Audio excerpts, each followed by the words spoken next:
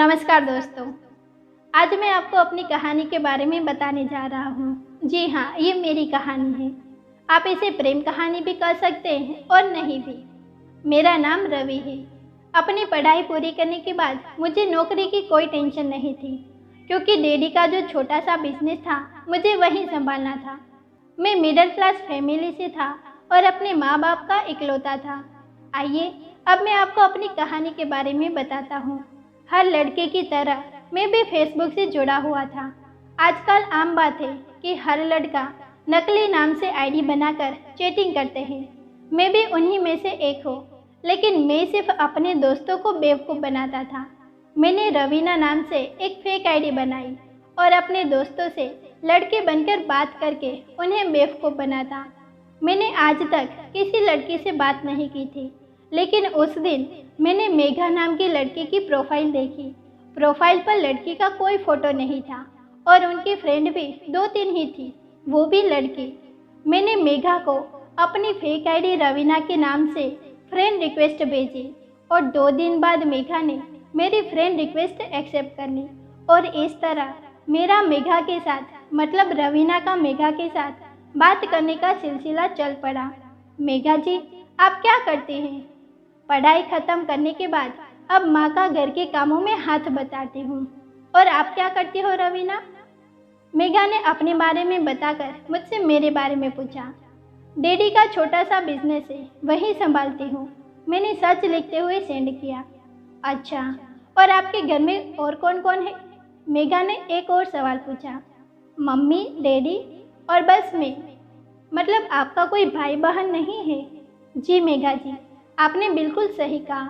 मैं हमेशा सोचता हूँ कि मेरा भी कोई भाई या बहन होना चाहिए थी। मैंने जल्दी से सोचता को डिलीट करके सोचते लिखा।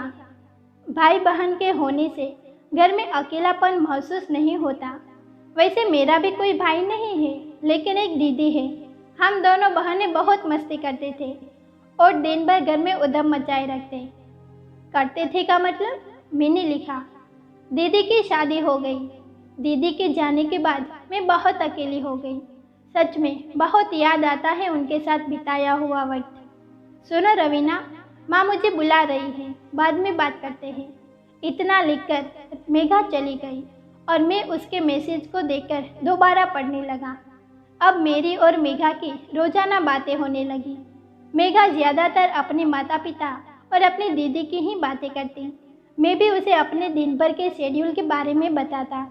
कभी कभी मैं सोचता कि मैं मेघा से रवीना बनकर क्यों बात कर रहा हूँ। फिर मैं खुद ही अपनी सोच को झटक देता। एक दिन मैंने मेघा से उसकी फ़ोटो सेंड करने को कहा। ये मैसेज सेंड करते हुए मुझे डर लग रहा था।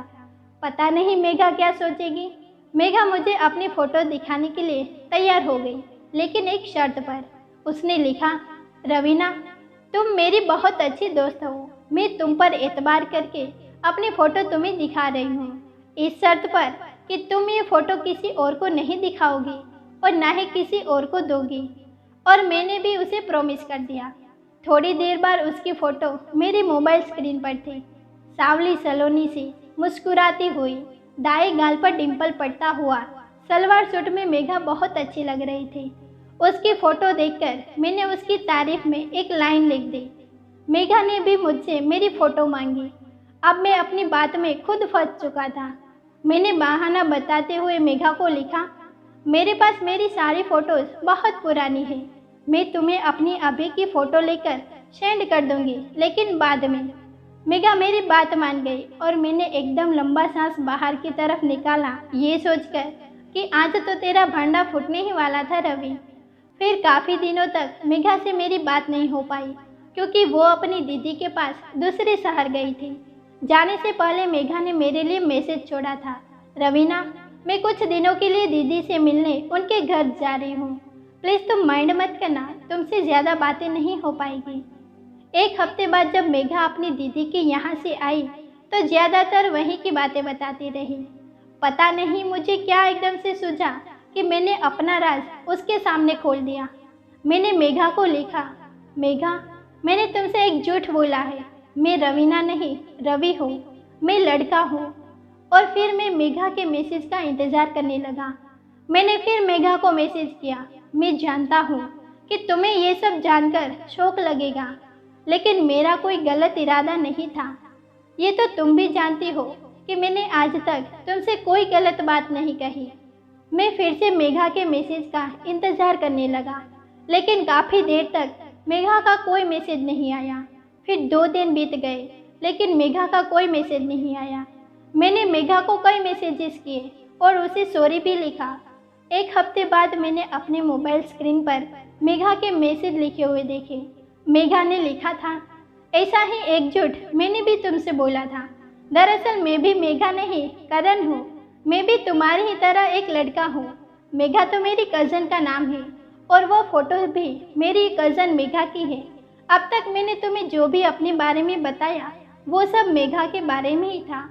मैं तुम्हें अपना ये राज कभी नहीं बताता और तुमसे ऐसे ही लड़की बनकर मस्ती करता रहता, लेकिन तुम भी लड़के निकले। तो अब ऐसे बात करने से क्या फ़ायदा? ना गलती तुम्हारी ना मेरी, हम दोनों ने ही ये सब एंजॉय करने के लिए किया था। मैं मेघा के मतलब करण की बात सुनकर हक्का बक्का रह गया। आज तक मैंने अपने दोस्तों को ऐसे बेवकूफ़ बनाया था, लेकिन आज किसी ने मुझे बेवकूफ़ बना दिया था। उस दिन के बाद से मैंने करण से कोई बात नहीं की। मम्मा को मेरी शादी की सूझी तो उन्होंने मेरे लिए लड़कियां देखनी शुरू कर दी। 1-2 जगह मैं लड़की देखने गया तो मुझे कुछ खास नहीं लगी। पता नहीं कुछ अजीब सा हो रहा था मेरे साथ। उस दिन भी मैं मम्मा के साथ एक लड़की देखने गया था। मैं बड़े बेमन से बैठा था कि लड़की के आने पर मम्मा ने मुझे इशारा किया। मैंने लड़की को देखा तो देखता ही रह गया, क्योंकि वो मेघा थी। मम्मी डैडी को नमस्ते कहकर मेघा मेरे सामने सोफे पर बैठ गई। उसने एक नज़र मुझे देखकर अपनी नज़रें झुका ली। मैं बस उसे देखे ही जा रहा था। मैंने उसे तस्वीर में देखा था, लेकिन आज वो रूबरू मेरे सामने थी और पता नहीं क्यों मेरा मन बहुत खुश हो रहा था। घर जाकर जब मम्मा ने मुझसे लड़के के बारे में पूछा तो मैंने कहा, मुझे लड़के पसंद है।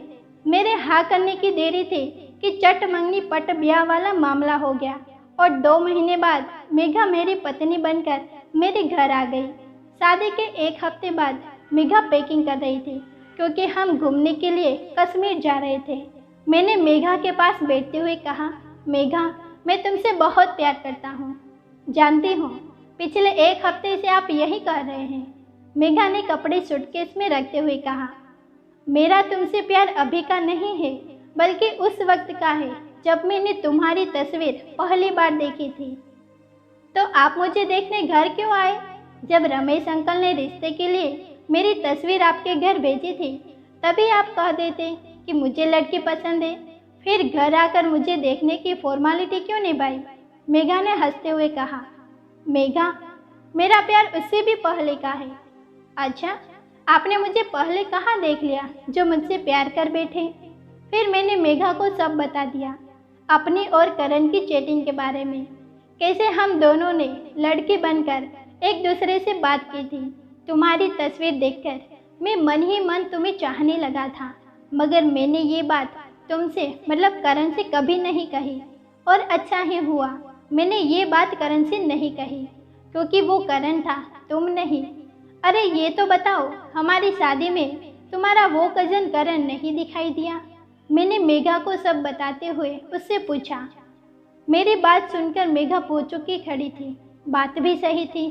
कोई लड़का किसी लड़की का नाम और फोटो यूज़ करे, वो भी ऐसे मामले में, तो उस लड़की को शौक तो लगेगा ही। तुम इतना परेशान क्यों हो रही हो मेघा? ये सब तुम्हारे कज़न ने ही तो किया था। तुम जब करण से मिलोगी तो उसकी अच्छे से खबर ले लेना। मैंने परेशान सी मेघा को समझाया। करण नाम का कोई व्यक्ति इस दुनिया में नहीं है, मेघा ने खोए खोए से लफ्ज़े में कहा। ये तुम क्या कह रही हो मेघा? मुझे आपको एक बात बतानी है, जो आपको बतानी बहुत ज़रूरी हो गई है। मेघा मेरे पास आकर बैठ गई। जो बात मैं आपको बताने जा रही हूँ, वो बात मेरे लिए कोई मायने नहीं रखती थी अब तक, लेकिन आपने मुझे अपनी चैटिंग के बारे में जो बात बताई, उसके बाद आपके लिए ये बात जाननी बहुत ज़रूरी है। मेघा थोड़ी देर के लिए रुकी और आपसे चीटिंग करण नहीं बल्कि मैं ही करती थी। इस बार शौक लगने की बारी मेरी थी।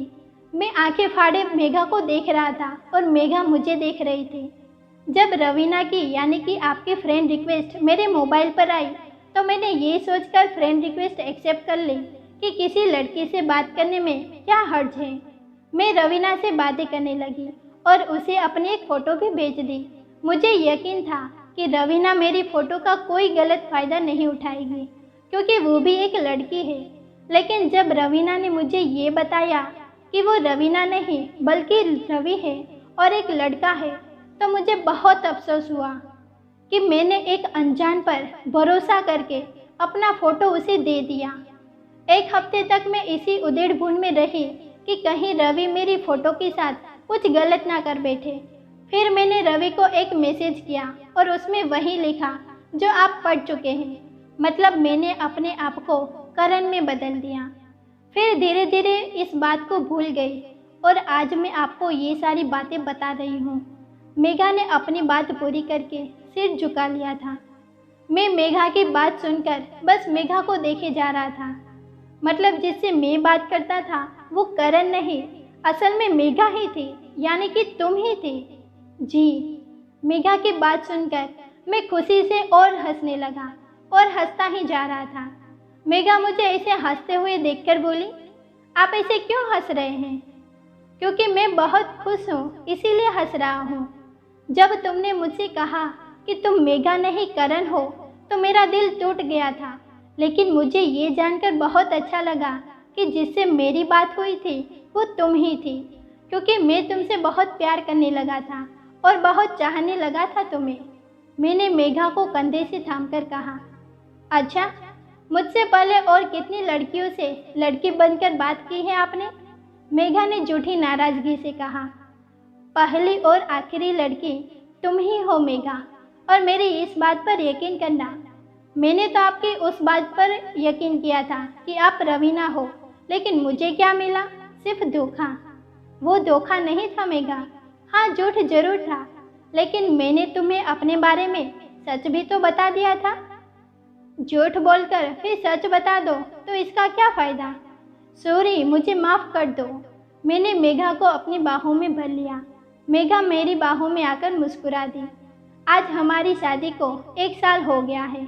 हम दोनों एक दूसरे के साथ बहुत खुश हैं। तो दोस्तों, ये है मेरी कहानी। मेरी कहानी प्रेम कहानी है या नहीं, ये आप लोग डिसाइड कीजिए। Thank you.